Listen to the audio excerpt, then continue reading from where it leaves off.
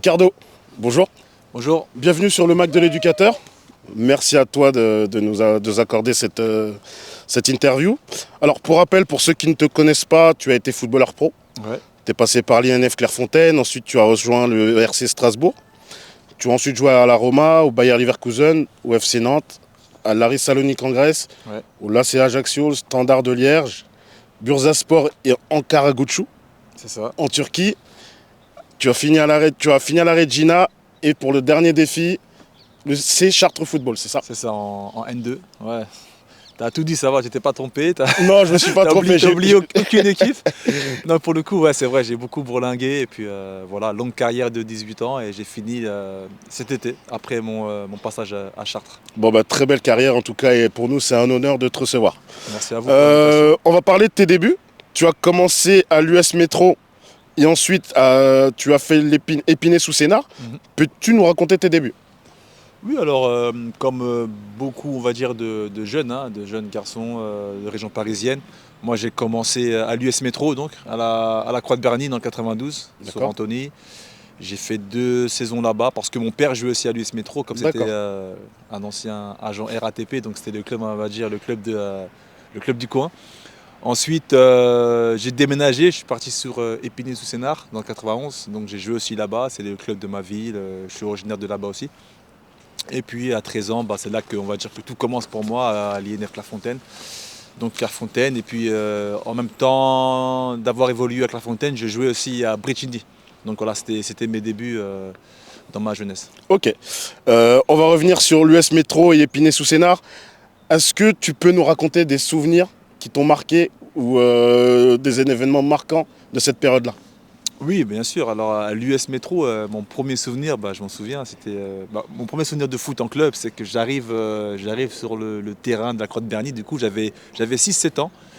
Et j'ai souvenir comme, tu sais, je ne sais pas si c'est encore le cas aujourd'hui, mais à l'époque, c'était immense l'US Métro à la Croix de Berny parce que tu as aussi le rugby qui est là-bas, tu as le football, donc tu as plein de terrains. Ouais, c'est encore immense, ouais. Ouais, C'est encore immense. pas mal, ouais, Exactement. c'est très grand. Et du coup, je ne savais pas sur quel terrain j'étais. Et j'arrive sur un terrain au hasard et je demande en fait, parce que mon père cherchait une place pour se garer, donc je sors, j'arrive on va dire seul sur les terrains et je croise une équipe, un éducateur, justement mon premier éducateur, le premier coach qui s'appelait Willy à l'époque. Ouais. Et je lui demande, oui je cherche l'équipe des 7 ans, des débutants. Et il me passe un ballon, il me dit, tiens vas-y jongle. Je commence à jongler, bam, bam, bam, bam, bam. Et il me dit, bon, c'est là ton équipe. Et en fait, j'étais déjà surclassé avec les Benjamins, en fait. D'accord. J'étais censé jouer avec les débutants, mais je suis allé avec les Benjamins, ceux qui avaient 8-9 ans. Moi, j'avais 6-7 ans à l'époque. Et j'ai commencé à jouer comme ça avec eux. Et puis, c'est là que, dès ma première année, on va dire, en club, j'étais déjà surclassé avec les plus grands. Donc, c'était assez sympa. Donc de bons souvenirs. Oui, bien sûr. Que de bons très souvenirs. bons souvenirs.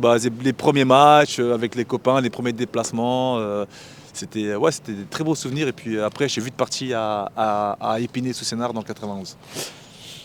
À la suite de ça, tu rejoins l'INF Clairefontaine et en parallèle Bretigny. Du coup, je voulais savoir quel a été l'impact de l'INF sur ton développement en tant que joueur, mais également en tant que personne. Ah, l'impact il a été énorme, hein. Jusqu'à présent, aujourd'hui, j'ai 37 ans. Mais je suis vraiment reconnaissant et je sais l'impact que ça a eu dans ma carrière, même dans ma vie. Clairefontaine, c'est surtout à l'époque, hein. Aujourd'hui un peu moins, mais à l'époque c'était la référence, hein. C'est la plus grande académie en France, voire même en Europe.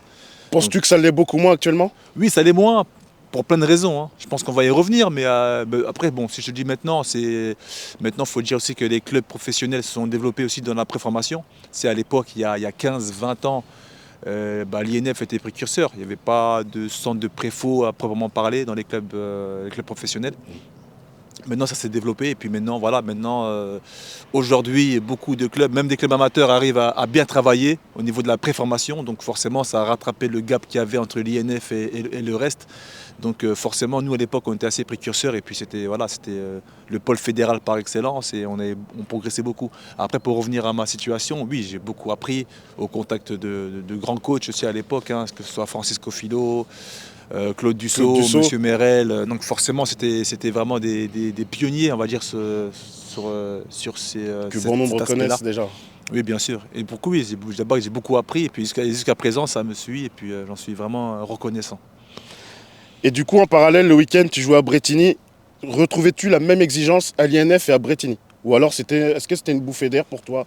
C'était différent. C'était différent différent parce que l'INF, c'était le quotidien, c'était l'entraînement. Il n'y avait pas cette compétition-là, mais il y avait cette exigence d'être meilleur tous les jours. Et puis voilà, c'était vraiment différent. Quand j'arrivais à Bretigny, c'était un mélange entre bouffée d'oxygène et compétition. Parce qu'il fallait jouer, il fallait aussi montrer que tu étais aussi au niveau, voire au-dessus, parce que tu venais de Clairefontaine. Donc tu devais prouver plus que les autres. Exactement, et il fallait qu'on prouve. Je n'étais pas tout seul, hein. Il y avait aussi des amis à moi qui jouaient avec moi à Bretigny. Il y avait Elmi Loussaïev. Et Le frère de Oussem Loussaïev. Le frère d'Oussem, bien sûr, qui est sur RMC. Il y avait aussi Mehdi Benassia, qui est venu après la saison d'après. On jouait ensemble à Bretigny en 13 ans DH. À l'époque, ça s'appelait 13 ans DH. Après, on était en 15 ans nationaux. Et voilà, il fallait, bien sûr, on avait un statut à faire valoir. Donc c'était en même temps une bouffée d'oxygène parce qu'on retrouvait des amis aussi. On jouait aussi le week-end, c'était bien de jouer aussi en compétition. Mais il y avait ce côté un peu compétitif, concurrence qui était assez chaud. D'accord. Et du coup, sur ton parcours, tu rencontres beaucoup d'éducateurs. Ouais.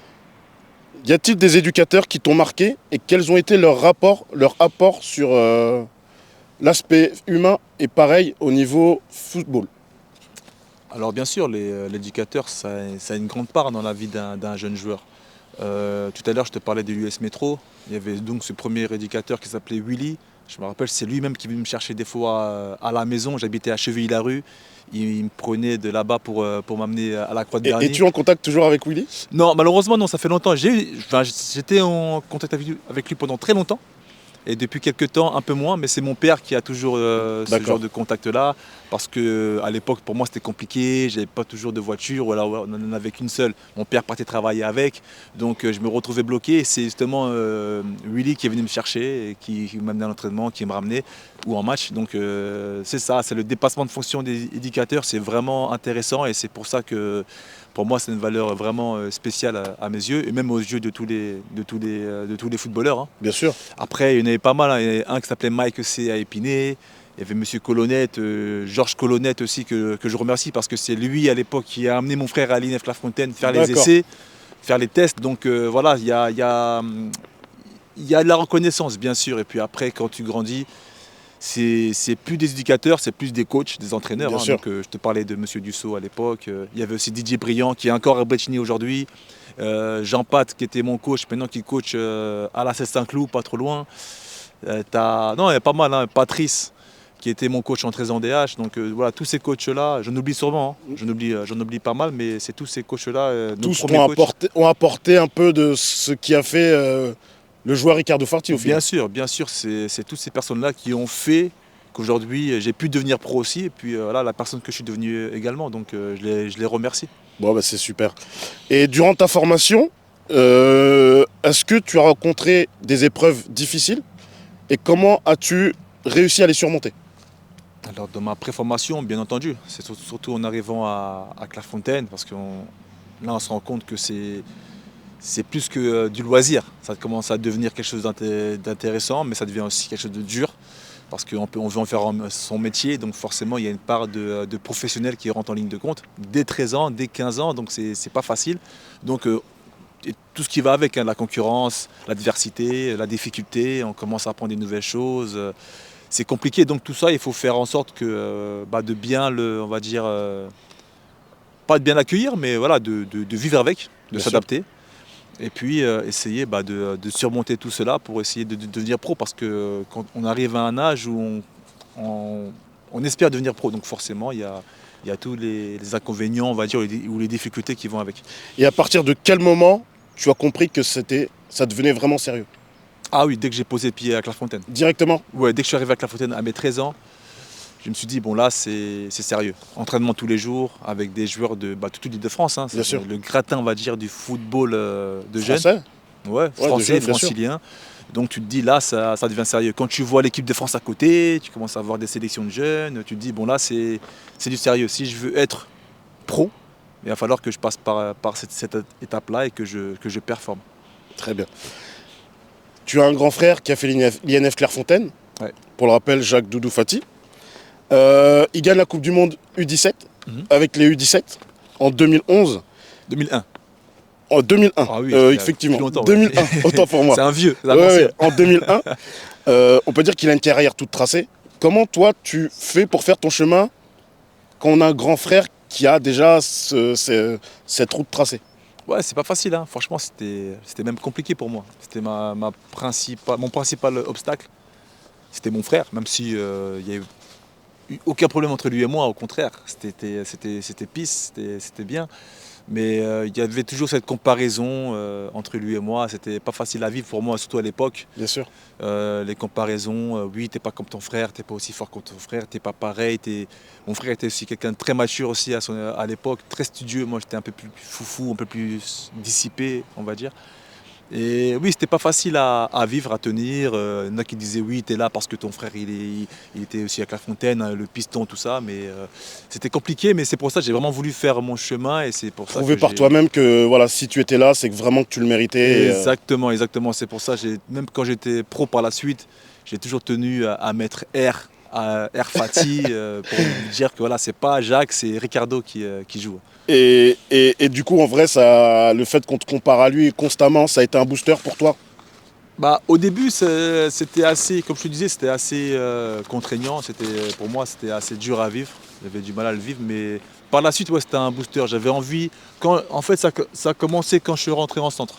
Quand je suis arrivé à Strasbourg à mes 16 ans, là, je me suis dit, voilà, il faut que je suive mon frère, il faut que je me fasse aussi un prénom. Mais mon frère m'a beaucoup aidé, hein. Il m'a vraiment donné plein de conseils et tout ça. Et le fait aussi que je quitte Clairefontaine, parce que j'étais beaucoup assimilé à Doudou. Le fait que je fasse ma route à Strasbourg, à l'opposé, il était à Rennes, moi j'étais à Strasbourg. Voilà, ça m'a aussi aidé, c'est là que ça m'a boosté. Et là, je me suis dit, il faut que je fasse comme lui. Bon, bah, top alors. Et du coup, après l'INF, tu rejoins le Racing Club de Strasbourg à 15-16 ans. Ouais. Comment se passe ton intégration et ton adaptation là-bas, loin de du coup, la région parisienne, de ton frère, et peut-être de la famille du coup? Ouais, bon après la famille, j'étais habitué. Déjà à Clairefontaine, on était déjà livrés à nous-mêmes, entre guillemets. Non, à Strasbourg, ça s'est très bien passé, hein. Franchement, ça s'est très bien déroulé. J'ai une progression, on va dire, linéaire. Après, on a eu un peu de chance. Enfin, moi, je considère que j'ai eu de la chance parce que, tu sais, on a été filmé. On a fait le documentaire à la Clairefontaine. Exactement. Ouais. Et du coup, ça a été on a été connus, on va dire, au niveau national, dans toute la France, dans le milieu du football. C'était une des premières télé-réalités sur le football. Et quand je suis arrivé du coup à Strasbourg, j'étais avec Habib Belaïd, justement, qui est coach aujourd'hui à Tremblay en France, justement, qui est éducateur aussi. On arrivait avec Génération 86. Exactement. On en reparlera juste on en après. reparlera plus tard, oui. On avait déjà cette petite, on va dire, notoriété. Et donc, moi, personnellement, comme je te disais, ça a joué en ma faveur parce que voilà, j'étais attendu, j'étais aussi respecté, tout ça. Donc, j'ai pu arriver dans des bonnes conditions à Strasbourg et j'ai bien travaillé. J'étais aussi bien préformé aussi à l'INF. Et ça fait que j'ai une progression assez linéaire. Et puis, logiquement, j'ai fait 16 ans, 18 ans, la réserve pro, hein, c'était CFA à l'époque, N2. Et puis après, tout naturellement, j'ai commencé, on va dire, à jouer avec les pros assez rapidement, 18-19 ans. Justement, pour en revenir à là, en 2004, tu intègres la réserve de Strasbourg. En 2005, tu rejoins le groupe pro à 19 ans, avec des joueurs comme Pagis, Deveau, Bassila, Cassar, Johansen. Comment tu arrives dans un vestiaire avec beaucoup d'anciens et comment ils arrivent à t'intégrer? C'est vrai que c'est pas facile, hein. Surtout à l'époque. C'est plus comme maintenant, il y a beaucoup de jeunes qui arrivent en pro. À l'époque, c'était plus compliqué et les anciens, c'était vraiment des vrais anciens. Des vrais anciens, des anciens. Tout ça, les anciens qui jouent. Il avait les chaussures, les crampons des joueurs. Exactement. Enfin, on n'allait pas jusque-là, mais il fallait gonfler les ballons, il fallait ramener le matériel, tout ça. Un peu comme en amateur, justement, aujourd'hui. Mais là, c'était vraiment en mode pro, c'était en Ligue 1, donc il fallait le faire. En plus, c'était les anciens à l'époque, il n'y avait pas de téléphone, donc ça jouait aux échecs dans le vestiaire, ça lisait les journaux, des livres. Bien, donc c'était assez différent, il y avait vraiment un fossé entre les jeunes et les anciens, pas comme aujourd'hui. Donc c'était pas évident, il fallait se faire un nom, il fallait se faire de la place. Mais après, oui, on pouvait compter aussi sur des anciens qui nous ont bien intégrés, comme Bassila, qui est aujourd'hui à l'INF Clairefontaine, justement. Cédric Kanté aussi, qui m'a beaucoup aidé. Amara Diané à l'époque aussi, avant qu'il parte au PSG. Donc nous, on avait des bons anciens aussi. Donc, il y avait de très très bons anciens. C'est ça. Du coup, fin de contrat en 2006 à Strasbourg. Ouais, fin de contrat aspirant, stagiaire. Stagiaire. J'étais pas pro à l'époque. D'accord. Ouais. Le club descend. Ouais. En D2 à l'époque, Ouais. il me semble. Tu rejoins l'AS Roma. Tu as tout juste 19-20 ans, tu es encore jeune. Pourquoi ce choix? Pourquoi ce choix? Parce que il me voulait. Il me voulait. On avait fait un match contre eux avec Strasbourg en Coupe de l'UEFA, parce que nous à l'époque on était en Coupe de l'UEFA. C'était D'accord. même pas l'Europa League, la Ouais, Coupe de l'UEFA. l'UEFA, ouais. Et comme on n'était pas performant en championnat, donc c'était les titulaires qui jouaient en championnat et les Ok. jeunes et les remplaçants un Oh. peu, on va dire, qui jouaient en fait en Coupe d'Europe. C'était vraiment, on va dire, le beurre sur les épinards, la Coupe d'Europe. Et donc du coup, on avait joué contre la Roma. Moi, j'avais joué titulaire et j'étais assez performant. Donc ils se sont rendus compte que j'avais un contrat stagiaire. Je n'avais pas encore signé pro à Strasbourg. D'accord. Donc ils se sont intéressés à moi. Ils voulaient me faire signer. Et moi, il s'avère qu'en plus, j'étais fan de la Roma, que j'aimais beaucoup la Serie A à l'époque. Donc je me suis dit, ouais, pourquoi et à pas. cette époque-là, justement, la Serie A est encore Ah oui, la assez Serie A relevée. était vraiment Elle est un très championnat vraiment majeur hein, en Europe, qui était au niveau, voire supérieur à la Première Ligue. Et puis en plus, c'est l'année où l'Italie est finie championne du monde. Donc c'était vraiment. La hype était vraiment du côté de l'Italie à cette époque-là. Et puis j'avais vraiment envie de connaître, on va dire, ce pays, cette culture, ce championnat-là, ce football-là. Et comme aussi en parallèle avec Strasbourg, ça avançait pas trop au niveau des négociations pour signer pro, et c'était assez Ils compliqué. t'ont rien proposé? Ils m'ont proposé un contrat, mais c'était un contrat à la charte, sachant qu'avec Gamero, qui joue encore à Strasbourg, et Habib Belaïd, ils avaient signé rapidement. Moi, ils hésitaient encore un peu parce que je sais pas, parce que j'étais milieu de terrain. Enfin, je sais pas, c'était assez compliqué. Et pour le coup, j'ai pris la décision avec mon entourage et ma famille de faire, on va dire, le grand saut et partir à la Roma. C'était, mais je regrette pas, c'était vraiment des belles saisons là-bas. J'imagine. Parce que du coup, tu arrives dans un vestiaire de joueurs confirmés. T'as Totti, t'as Montella, t'as De Rossi, Ouais. t'as des joueurs comme Mexes, Kufour, Panucci. Ouais. Comment on fait ses premiers pas dans un tel vestiaire? Ah, c'est clair que c'est intimidant, hein. C'est vraiment intimidant. Tu arrives dans un club en plus, comme je te disais, championne du monde, avec Perrotta, De Rossi, Totti, tu as 3 champions du monde qui sont avec toi, fraîchement champions du monde. Des gros caractères en plus. Des égos, des caractères, tu arrives dans un vestiaire quand même, c'est des grands joueurs. Hein. Vincenzo Montella, c'était Bien quelqu'un, sûr. tu vois, il y avait des vrais joueurs, même Mexes. Moi j'étais un peu intimidé, en plus moi j'ai pas un ego, on va dire, surdimensionné, je suis quelqu'un de très timide, très introverti. Donc c'était compliqué pour moi de me faire une place dans le vestiaire. Et franchement, comme j'ai toujours dit, avec le recul, je pense que c'est là où j'ai un peu péché, c'est vraiment, j'ai pas su m'imposer au niveau de la personnalité. Parce que je reste convaincu que j'avais des Les qualités. qualités footballistiques, elles étaient Bien clairement sûr, là. j'étais avec eux, j'ai joué des matchs, j'ai pu montrer ce que je valais, mais après, je pense qu'il me manquait un peu plus de caractère, de personnalité pour performer sur le long terme. Mais ça reste un bon souvenir. L'intégration est différente que celle de Strasbourg du coup. Ah bien sûr, j'arrive à Strasbourg, en plus j'arrive en centre, c'est en France, voilà, ça reste une bande de potes, tout ça, même s'il y a la compétition, mais tu arrives dans un vestiaire, en plus à la Roma, dans un grand club. Waouh, c'est autre chose, hein, c'est une autre galaxie. Hein. Du coup, pour faire le parallèle, quelles sont les différences que tu notes entre la France et l'Italie? Tant sur le plan tactique, mais même sur le plan du travail. Ouais, sur le plan du football, c'est encore une fois, il faut remettre dans le contexte, et même il y a 15 ans, 15-20 ans. On est en 2006, il me semble. Ouais, on est en 2006. On est en 2006. C'est totalement différent de la manière de voir le football. C'est vrai qu'il y avait une approche tactique en Italie qui était totalement différente, une manière de rester beaucoup plus précis qu'en France. En France, voilà, on se repose jusqu'à présent. Hein, on se repose beaucoup sur le côté, on va dire, athlétique, sur les joueurs. Il n'y a pas forcément d'idée de jeu, même si là ça change avec certains coachs. Mais en Italie, c'est vraiment dans la culture, quoi. Une culture tactique, beaucoup de tactique à l'entraînement, beaucoup de vidéos à l'époque déjà. Alors imagine aujourd'hui. C'est vraiment une approche du football, culturellement, c'est pas pareil. Et même à l'extérieur, le football a une place à part entière là-bas. C'est un pays de football, clairement. Totalement. Ouais, en France, c'est différent, c'est pas la même chose. Je pense ici, on a un pays de sport. On aime le sport de manière générale, mais on n'est pas un pays de football à proprement parler. Oui, clairement. Là-bas, ça a une place totale dans la société. Même le footballeur, il a une place spéciale dans la société. Ici, c'est encore différent. Du coup, à la suite de ça, tu as une belle carrière, notamment dans tous les clubs qu'on a cités. Et tu finis au C Chartres. Comment t'es venue cette opportunité? Et avais-tu envie de retrouver ce côté amateur, justement? Totalement. C'est vrai que J'ai pas mal bougé, je suis arrivé à un âge où je commençais à penser à ma reconversion. En plus, c'était pendant la période du Covid. Donc forcément, comme beaucoup, on commence à se poser des questions, qu'est-ce qu'on veut faire, tout ça. Moi, je sais que je veux rester dans le monde du foot. Justement, je suis en train de passer divers diplômes, hein, que ce soit le BEF ou mon diplôme en management, on en reparlera sûrement. Et du coup, pourquoi Chartres? Parce que je suis rentré sur Paris, moi j'habite pas trop loin, j'habite sur Rambouillet, dans le 78. Chartres était à proximité, Jean-Pierre Papin était au courant un peu de tout ça et m'a contacté tout simplement. C'est lui qui te fait venir. Voilà, c'est lui qui m'appelle. J'avais des amis qui jouaient à Chartres, hein, Clément Chantôme. Ouais. À l'époque, il y avait aussi Kevin Bru, que j'ai connu à l'INF Clairefontaine, voilà, qui m'ont contacté. Moi, là-bas, j'étais parti juste pour m'entraîner, pour garder un peu la forme, pour savoir un peu mes opportunités. Et là, c'était en 2022, hein, c'était la saison dernière. Et c'est là que Jean-Pierre Papin me dit non, viens avec nous, on a un projet intéressant sur de la N2, tout ça. Nous, on veut essayer de faire quelque chose de sympa avec Chartres. Et vu que j'étais à côté, et puis ça, on va dire que ça fitait, on va dire, avec mes aspirations aussi à côté, parce que j'étais un peu dans les médias, et puis les diplômes.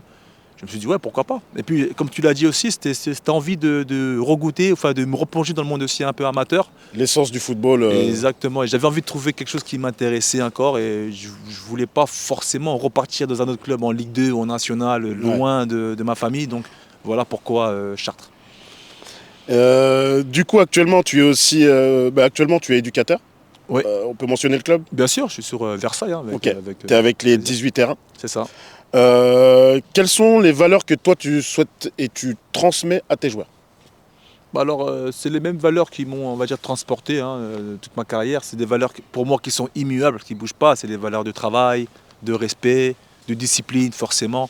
Donc, c'est ça. Et puis de jeu. Parce qu'après, si on parle de jeu, j'ai vraiment envie de produire du jeu du mieux que je peux. Après, moi, j'ai la chance d'être à Versailles. On s'est réputé comme une équipe. C'est un gros club. C'est un gros club en région parisienne et qui prône aussi le jeu. Hein. Moi, j'ai la chance de coacher avec Jordi Cabarec, qui est pour moi un super coach. D'accord. Qui connaît ses gammes, qui connaît tout ce qui se passe en jeune en Ile-de-France. Donc, c'est quelqu'un qui produit beaucoup de jeux. Et c'est vraiment là-bas que j'avais envie de travailler, hein, de passer mes diplômes. Et donc voilà, c'est ces valeurs-là que je veux transmettre aux joueurs. Et aussi un peu de ma part de vécu, d'expérience. Je pense que ça fait du bien aussi aux jeunes d'entendre tout ça. Justement, pour revenir au jeu, as-tu mis en place un projet de jeu avec ton équipe? Et du coup, quelles sont les idées de ton projet de jeu? Alors, déjà moi, avec les 18, je suis en adjoint. Donc forcément, je rejoins, on va dire, le projet de jeu de Jordi, du coach principal. Donc pour ce qui est du projet de jeu, oui, bien sûr, on a un. Nous, c'est le produire du jeu, c'est vraiment la possession du ballon. On met vraiment l'aspect sur la possession et essayer de déséquilibrer l'adversaire. Donc ça veut dire qu'on va vachement être attentif à comment l'adversaire se comporte en système, l'animation, tout ça. Et nous, on essaie de mettre en place des systèmes ou des animations pour contrecarrer l'adversaire.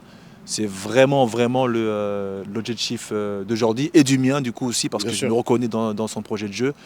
On n'est pas attentiste, on est vraiment proactif et c'est vraiment... la possession du ballon, contrôler le match. La possession du ballon, le contrôle du match. Et ne pas s'adapter à l'adversaire, mais faire en sorte que... On s'adapte à l'adversaire dans le sens où on essaie de trouver ses failles pour contrecarrer. C'est pas, par exemple, on va pas laisser le ballon à l'adversaire ou essayer de jouer, on va dire, assez bas pour ou miser sur le physique ou sur le niveau athlétique. Non, c'est vraiment par le jeu qu'on veut essayer de sachant que vous avez les joueurs pour en plus. On essaye. Ou alors on essaye justement de créer des joueurs pour, ou alors on essaie de... Après, je viens d'arriver, hein, donc je vais pas non plus tout mettre en place. Mais de ce que je vois, oui, c'est ce qu'on essaie. À Versailles, c'est ce qu'on essaie de faire en tout cas, en jeune. Du coup, en tant qu'adjoint, toi, tu es passé par beaucoup de clubs. Tu as fait l'Italie, l'Allemagne, tu as fait l'INF, tu as rencontré beaucoup d'éducateurs. Est-ce que ça t'aide dans l'approche tactique, mentale ou encore technique par rapport aux joueurs? Oui. Ou les conseils que tu peux donner ou autre? Oui, bien sûr, totalement. Ça m'aide beaucoup. C'est pour ça d'ailleurs, il y a beaucoup d'anciens joueurs qui arrivent à se reconvertir dans le coaching ou même dans le management. Parce qu'on a ce vécu-là et on a l'expérience de match et même ce qu'on a vécu sur le terrain, qu'on fait qu'on peut en parler, que ce soit au niveau de l'animation, au niveau des systèmes de jeu par rapport au style de joueur que tu as aussi, hein, savoir s'adapter par rapport au style de joueur que tu as, et aussi au fait de jeu, au fait de match. Récemment, on a eu un match, on perdait 2-0 à l'habitant, À la mi-temps, voilà, j'ai parlé un peu avec mes joueurs, j'ai expliqué, voilà, quel que soit le résultat, moi je me rappelle, ce match-là, on perd 2-0, mais on est resté comme ci, comme ça, et puis tu donnes des éléments, des clés pour qu'ils puissent réussir. Et Et voilà, tu as une légitimité pour, en plus. exactement, et c'est aussi la force qu'on a, nous les anciens joueurs, c'est que voilà, quand on parle, forcément les jeunes écoutent et Ils sont plus à l'écoute. ils sont à l'écoute parce que voilà, ils savent qu'il y a eu du vécu derrière. Donc forcément, c'est le petit plus qu'on a, nous les anciens joueurs, et du coup, c'est vraiment intéressant de transmettre ça. Donc oui, forcément, ma carrière, ça m'aide beaucoup. Okay. Et pour revenir, pour faire un parallèle par rapport à toi, ce que tu as connu, remarques-tu des différences entre ton époque et l'époque actuelle, tant sur l'aspect, encore une fois, tactique, mental ou physique, par rapport aux jeunes de maintenant et aux jeunes que vous étiez auparavant? Ah oui, forcément, il y a une très grosse différence. Là, il y a un gap de, on va dire, de 15-20 ans qui a lieu. C'est pas les mêmes générations. Après, il faut dire ce qui est. Est-ce que c'est mieux? Est-ce que c'est moins bien? Non, Non, c'est vraiment question. C'est vraiment par rapport à la question, les différences. Que ce soit mieux ou pas, c'est propre à chacun. Ouais. Mais c'est vraiment par rapport aux différences. Ouais, bien sûr, il y a une très grosse différence. Déjà, c'est vrai que le jeune, il a beaucoup plus d'informations aujourd'hui que maintenant. Bien sûr. Qu'avant, pardon. Avant, nous, voilà, on se fiait vraiment sur ce que je disais. On essayait vraiment de respecter ce qui se passait. On ne savait pas non plus ce qui se passait aussi à l'extérieur. Donc forcément, on était peut-être plus focus sur ce qu'on devait faire. Les réseaux sociaux maintenant. Exactement, aussi, avec beaucoup, l'émergence des informations, des réseaux sociaux. On sait que voilà, tu vas être observé via la vidéo, tous les matchs. Même les matchs de 14 ans, ils sont filmés, ils sont diffusés. Ta moindre passe est scrutée. Les stats, maintenant aussi. C'est vrai que maintenant, c'est un peu biaisé. Ça veut dire peut-être que maintenant, l'éducateur a des fois peut-être moins de pouvoir. Parce que maintenant, on va dire que le jeu est peut-être un peu plus éparpillé. Bien sûr. Beaucoup trop d'informations et du coup, il y a peut-être plus d'impatience aussi. Et c'est aussi valable aussi en haut, hein, même au niveau des dirigeants, peut-être des éducateurs, il y a moins de patience. C'est différent. Après, est-ce que c'est mieux? Est-ce que c'est pas mieux? C'est moins bien? Je ne sais pas. Après, comme tu l'as dit, chacun fera son opinion. Mais c'est totalement différent. Bien sûr. Le mode, même la manière de coacher, de manager, la manière de jouer, de s'entraîner est différente aussi. Bah, du coup, en parlant de coaching, tu passes tes diplômes d'entraîneur, tu passes ton BEF. BEF, ouais. Qu'est-ce qui t'a poussé à vouloir devenir entraîneur? C'est cette envie de transmettre surtout. Comme je te disais, je sais que je resterai dans le milieu du football, que j'ai envie que j'ai des capacités, une expertise pour transmettre. Maintenant, est-ce que ça va être dans le coaching ou dans le management de club? Je ne sais pas, je suis en train de passer ces deux diplômes-là. D'accord, tu es indécis à ce niveau-là encore? Bah en fait, c'est pas que je suis indécis, mais en fait, je suis indécis dans le sens où je voudrais savoir dans lequel je suis vraiment performant. Parce que j'ai jamais coaché, on va dire concrètement. Mais j'ai cette envie de transmettre, de montrer des choses sur un terrain de foot. Donc là, je suis en train de passer mon diplôme, surtout pour savoir si j'ai de la fibre en fait. Si je suis bon à ça, si j'ai de la fibre, si je prends du plaisir à coacher soit des jeunes, soit des seniors. Et en fait, c'est tout ça que je prends en compte. Mais après, c'est vrai que je serais peut-être plus porté sur le management. Parce que voilà, j'ai un vécu et j'arrive à discuter avec plusieurs, on va dire strates d'un club, soit des dirigeants, des joueurs, des coachs. Donc pourquoi pas aussi être en tant que manager. directeur sportif par exemple? Directeur sportif, directeur général. Enfin, après, je me limite à rien. Oui, c'est tu pour te ça. mets aucune limite là, franchement, je ne mets aucune limite. C'est pour ça que je passe vraiment ces deux diplômes-là. Si demain je suis amené à coacher, je coacherai avec plaisir. J'aimerais bien coacher, mais si demain je suis amené à être dans les bureaux, bah, je voudrais être aussi capable de le faire aussi. Du coup, est-ce qu'on peut potentiellement penser qu'on verra du Ricardo Ball en Ligue 1? Ah, Ricardo Ball, je sais pas, parce que encore une fois, j'ai pas vraiment d'idée vraiment établie. Mais ouais, Ricardo Ball sur le terrain, mais que ce soit en Ligue 1 ou sur les terrains amateurs, bien sûr. Ouais, c'est clair, mais après, j'aimerais bien aussi qu'on dise, Ricardo en mode manager, il arrive à tenir une équipe, à faire grimper une équipe. On te le souhaite. Ça m'intéresserait aussi. Hein. Et pareil, pas de limite à ce niveau-là, vraiment à l'échelle d'un grand club. Quand je dis grand club, ça peut être en Ligue 1. Ouais, bien sûr. Ah, non, mais moi, de toute façon, si je te dis mon projet, si je te dis mes ambitions, tu vas rigoler même là. Non, mais tant mieux, au contraire. Mais c'est les ambitions qui permettent d'atteindre ce que l'on souhaite. Donc, exactement. Mais comme je te dis, moi, je ne contraire. fixe aucune limite. Et dans ma tête, j'ai déjà un projet bien établi. Bah, c'est super. Pour en revenir au coaching, tu as connu beaucoup de coachs. Est-ce que tu as des coachs qui t'inspirent à l'heure actuelle ou qui t'ont inspiré, ou même des coachs que tu n'as pas eu forcément? Moi, franchement, il y a deux coachs qui m'ont inspiré, qui m'inspirent aujourd'hui. En plus, c'est deux coachs pour moi qui sont quand même assez différents, que je côtoyais, c'est Spalletti Ouais. et Ranieri. D'accord. Parce que c'est des coachs qui réussissent en fait à donner leur idée de jeu à leurs joueurs. Et pour moi, c'est plus important. Au-delà du système, au-delà de comment tu joues. Il y a Mourinho aussi, que j'aime Ouais. bien. Bon, après, c'est des coachs qui ont coaché à la Roma, donc je ne suis peut-être pas très objectif, mais c'est des trois coachs que j'aime beaucoup parce que c'est des coachs qui arrivent vraiment à transmettre vraiment leur idée de jeu, leur envie, leur dynamisme, on va dire, à l'équipe. C'est pas seulement de la théorie et puis ça marche pas, donc fin. Au-delà de l'idée de jeu, il y a aussi l'aspect management, c'est ça? Exactement, c'est peut-être aussi pour ça que j'ai bien ces coachs-là, parce qu'il y a aussi un aspect, on va dire, management, voilà, Bien et, sûr. comment tu gères ton groupe en général. Ranieri, dans la gestion de son équipe, il est trop fort. Enfin, moi, je l'ai eu en coach, il était extraordinaire. Et puis, Gestion on humaine, l'a c'est vu- ça, hein. Gestion humaine, on l'a vu aussi avec Leicester. Mais bien sûr. Et même récemment avec Cagliari, il a pris une équipe, il les a fait monter en Serie A. Ouais, Non, non, mais bien sûr. c'est fort, ça prouve que c'est des grands coachs, et c'est des coachs qui m'inspirent. En tout cas, pour Ranieri, je ne sais pas s'il est reconnu à sa juste valeur. Bah, si, quand même si c'est vrai que quand on parle grand coach, on ne pense pas forcément à lui. On le met pas, c'est plus dans ce sens-là. C'est ça, mais je peux te dire franchement, dans le milieu, il est respecté. Quand tu dis Ranieri, on dit ah ouais, lui, super top, gentleman, tout ça. Après, c'est vrai que pour le grand public, on va penser Klopp, Mourinho, tout Ouais, ça, bien sûr. Ancelotti, mais après, Ranieri, je pense qu'il est à sa place. Bien sûr, bien sûr. Du coup, j'ai envie de revenir sur un sujet, vu que tous les week-ends, du moins le plus possible, tu es au bord terrain. J'aimerais revenir sur un sujet qu'il y a eu récemment à l'INAS Montlhéry. Ouais. Il y a eu un éducateur qui a été agressé par un parent Ouais. en U9. Quel est ton regard sur cela? Et y avait-il autant de dérives à ce niveau-là des parents à ton époque? Alors déjà, à mon époque, non, pas du tout. Pas du tout, c'était très très rare même. C'était pourtant, j'ai joué aussi à un niveau amateur jusqu'à temps que j'arrive en pro, parce que même à Strasbourg, j'ai joué à un niveau amateur avec la CFA. C'était quasiment rare. En tout cas, jamais dans ces proportions-là, hein, Ouais. à ma connaissance Bien en tout sûr. cas. Et ouais, ce qui est arrivé, c'est vraiment dommage. Et après, moi, la chose que je constate, c'est que c'est de plus en plus souvent, c'est de plus en plus fréquent en fait. Et c'est vraiment dommage parce que j'ai l'impression que les parents, ils sont totalement déconnectés des réalités. Et après, est-ce que c'est une éducation? Est-ce que c'est les clubs ou les éducateurs qui font pas forcément leur travail? Il y a forcément une part Éducatif. aussi, il y a aussi forcément une part de structure. Quand je dis structure, je parle ou du club ou éducateur. Ouais. Par rapport à certains jeunes. Mais effectivement, là, il y a de plus en plus de parents on les voit, moi je les vois au bord terrain, Ouais. qui enveniment les choses. Et là, ça devient compliqué. Ça devient problématique. Après, comme tu l'as dit, c'est un problème global en fait.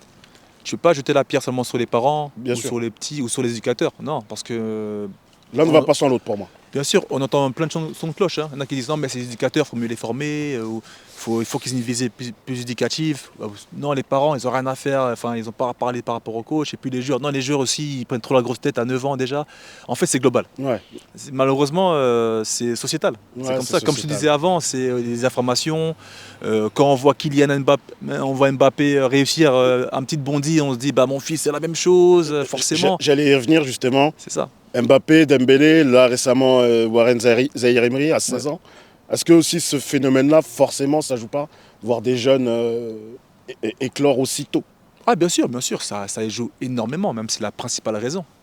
Parce que au-delà de ces joueurs-là qu'on a cités, il y a beaucoup de jeunes de quartier, de jeunes de banlieue qui Bien sûr. arrivent à réussir grâce au football. Donc qui dit réussite dit argent, donc ça sort de la Forcément, famille de la train misère. de vie qui est différent. Voilà, donc ce qui était le contraire à l'époque, nos parents ne voulaient pas qu'on joue. Moi, j'ai le souvenir de ma mère qui déchirait mes licences parce que je travaillais moins bien à l'école. C'est le contraire maintenant. C'est les parents qui incitent les petits à jouer, à être performants, à les entraîner en fait en extra à 9 ans, 12 ans, 13 ans. C'est le raisonnement, on va dire, est inversé et déraisonné.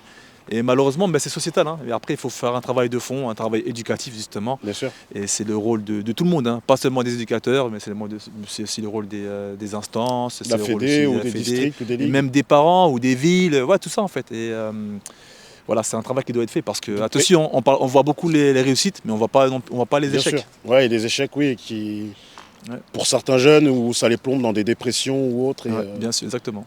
et on les oublie beaucoup. Et ça, c'est le rôle de mon association, Génération 86. Justement, on va y venir juste après. Ouais. J'aimerais parler d'une initiative du CDES de Limoges en partenariat avec l'UEFA, Ouais. dans lequel tu es. Est-ce que tu peux nous en parler? Alors oui, comme je te disais, en parallèle de mon BEF, je passe aussi un diplôme de management sportif qui s'appelle MIP. C'est le Masters for International Player. C'est un diplôme en anglais qui est avec le CDES. Donc du coup, c'est un diplôme en droit du sport, en management du sport. Et encore une fois, voilà, c'est vraiment un diplôme qui est de très haut niveau. Okay. Je suis vraiment fier de le faire. Et puis ça, c'est pour être plus dans la direction sportive. Et donc, comme je te disais tout à l'heure, c'est vraiment sur ça où je voudrais me lancer. Après, tu peux être aussi manager général, Bien un sûr. peu comme à la Wenger à Arsenal à l'époque, ou comme Franck Hez à Lens aujourd'hui, être et coach et manager. Donc, c'est des rôles qui m'intéressent. En tout cas, c'est vraiment quelque chose qui me passionne. Très bien. À côté de ça, tu as également une association, Oui. Génération 86, avec du coup des anciens joueurs. Oui. Est-ce que tu peux nous en parler? Et quel est le rôle de cet asso et votre fonction du coup? Ouais, Génération 86, c'est donc, comme tu l'as dit, une association qu'on a montée avec mes potes de Clairefontaine, de l'INF Clairefontaine. Parce qu'on s'est rendu compte justement que du fait qu'on a été médiatisé, connu dans nos villes, grâce à la Clairefontaine, le documentaire qu'on a fait, il y a beaucoup de parents qui venaient nous voir, pro ou pas pro, hein, enfin joueurs ou pas joueurs, même des anciens qui n'ont pas forcément percé, qui étaient avec moi dans ma promotion, ils se faisaient interpeller par les parents de leur cité, de leur ville, en disant ouais mon fils, c'est comment on peut faire pour devenir pro. On s'est rendu compte qu'il y avait pas mal de questions autour de nous, donc on a décidé de faire justement cette association entre nous, G86, pour aller à la rencontre des clubs, des parents, des éducateurs justement pour discuter, pour échanger, pour transmettre justement, parce qu'on parle des réussites, comme tu l'as dit avant, mais on ne parle pas des échecs. Parce que nous, on était à l'INF, on était parmi les meilleurs joueurs de l'Île-de-France à l'époque, mais sur les 24, on est seulement 8-9 qui avons fait carrière professionnelle. Et encore 8-9, c'est énorme. C'est énorme, bien sûr. C'est énorme. C'est un pourcentage très minime. Exactement. Chaque année d'ailleurs. Normalement, c'est 2-3 maximum. Bien sûr. C'est déjà un bon travail. Et voilà, pour aussi les sensibiliser que le foot, c'est bien sûr c'est une belle chose, on leur donne des clés pour réussir, pour être motivé, tout ça. Mais si tu ne réussis pas dans le football, entre guillemets, si tu n'arrives pas à devenir pro, alternatives. Bien sûr, il y a plein d'autres choses. Il y a aussi le rôle éducatif. Nous, dans notre association, on a des coachs, on a des agents de joueurs, on a des kinés, on a des anciens pros, mais on a aussi des gens qui travaillent en entreprise, qui sont bien dans leur vie, qui sont cadres, qui sont chauffeurs de bus. Et ça marche très bien. D'autant plus que maintenant, il y a de plus en plus de métiers dans le football. Ouais. Moi, j'axe sur l'aspect communication. Maintenant, on peut travailler bord terrain dans divers métiers. Ouais. Et c'est vrai qu'effectivement, il faut proposer des alternatives à ces jeunes. Oui, exactement. En plus, c'est encore des fonctions et des métiers qui sont vraiment passionnants. Hein. Même, il y a des personnes qui sont à la base pas du tout liées au football, mais qui arrivent à trouver des métiers liés au football. Des analystes, bien sûr. Même dans les datas, dans les stats, tout ça, des mathématiciens. Tu as des nouveaux métiers qui se développent constamment dans le football. Et c'est bien d'avoir, on va dire, cette approche du football amateur, de jouer en club, de prendre du plaisir, mais si tu n'y arrives pas à percer ou si tu échoues, tout simplement, tu as d'autres alternatives. Donc c'est pour ça qu'on intervient avec mon association. On est parti à Versailles, on est parti dans le 93 à Tremblay-en-France, on est parti dans pas mal de clubs, au CFFP. Même dans l'Oise, on est parti, on a fait pas mal, à Meaux, on a fait pas mal d'actions et puis on continue à en faire. Prochainement, du coup, sur ce terrain-là ? Avec plaisir, j'espère, ouais, pourquoi pas. On vous attend en tout cas. Avec plaisir. Merci pour tout, Ricardo. Merci pour l'interview. Merci pour l'invitation. Et puis à très bientôt et on te souhaite le meilleur pour l'avenir. Merci, c'est gentil. À bientôt.